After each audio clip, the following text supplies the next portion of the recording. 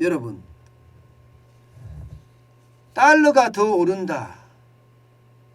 이 내용은요, 미국의 경제 매체 중에 월스트리트 저널이라고 있습니다. 월스트리트 저널은 경제 매체 중에서는 아주 유명한 그런 저널이기도 합니다.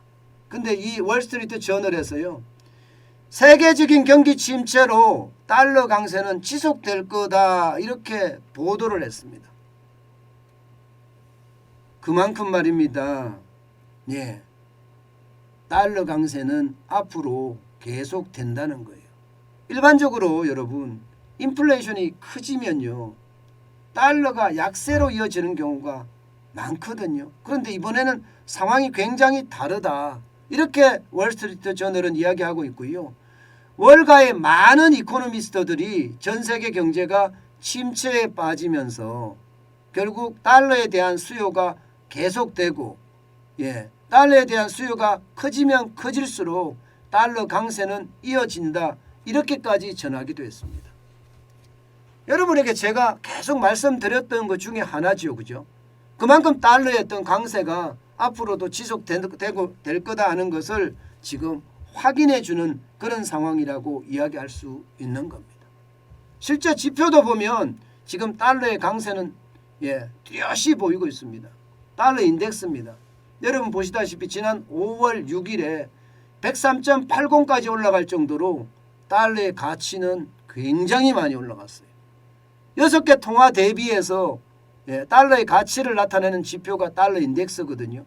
그중에서 가장 많은 비중을 차지하는 게 유로하고요. 그 다음에 앵화입니다. 그 다음에 영국의 파운드고요. 이 세 가지가 가장 많이 차지하는데 이 세 가지가 모두 약세니까 달러는 그만큼 강세가 될 수밖에 없겠죠.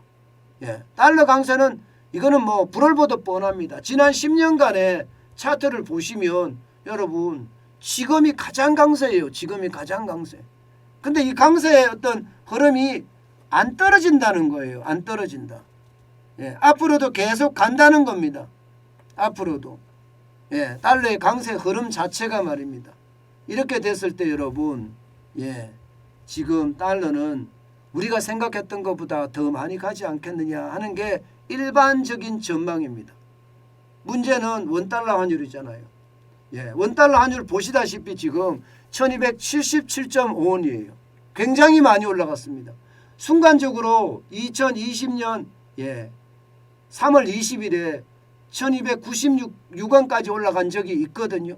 이렇게 가다가는 이게 장중에 그렇게 올라갔습니다. 3월 20일에 그렇게 올라갔었는데 아마 뭐 이대로 가면 저것도 넘어서겠다. 1296원도 넘어서서 1300원까지 더 가지 않겠느냐 하는 게 일반적인 예측이에요.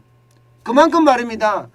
달러가 강세가 될 수 있는 지표들이 계속 쏟아진다는 거예요. 달러가 강세가 될 수 있는 지표들이 말입니다. 당장 말입니다. 미국의 소비자 물가 엄청나게 올라가죠. 4월 달이 8.5%까지 올라갔나요? 그러면 여러분 어떻게 될까요?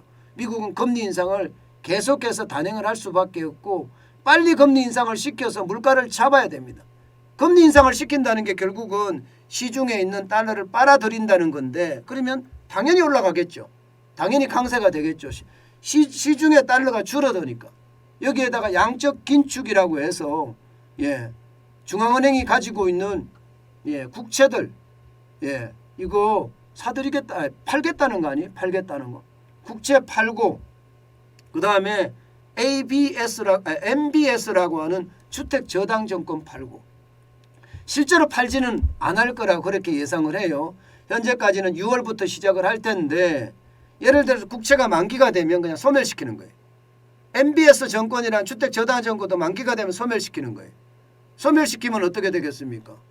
국채에 대한 돈이 당연히 그만큼 줄어들겠죠. 그만큼 줄어들면서 시중엔 또 달러가 줄어듭니다. 달러가 또 줄어듭니다. 이렇게 이 상황이 계속 달러가 강세인 지표가 나오고 특히 지금 러시아가 우크라이나를 침공하고 나서 아직도 전쟁이 계속 중이잖아요. 이 전쟁이 계속되는 한 전쟁에 대한 위험을 회피하는 수단으로 달러를 많이 치고 있어요. 우크라이나는 유럽이니까 유럽 쪽에서 일어날 가능성이 크잖아요. 전쟁이 확전이 돼도 유럽 쪽에서 확전이 될 가능성이 크잖아요. 그러다 보니까 어떻게 되겠습니까? 예, 유로화를 가지는 것보다는 달러를 가지는 게 낫다. 그래서 달러를 많이 사게 되는 그런 상황이라고 이야기할 수 있는 거잖아요. 그러니까 달러가 강세가 될 수밖에 없는 그런 구조입니다.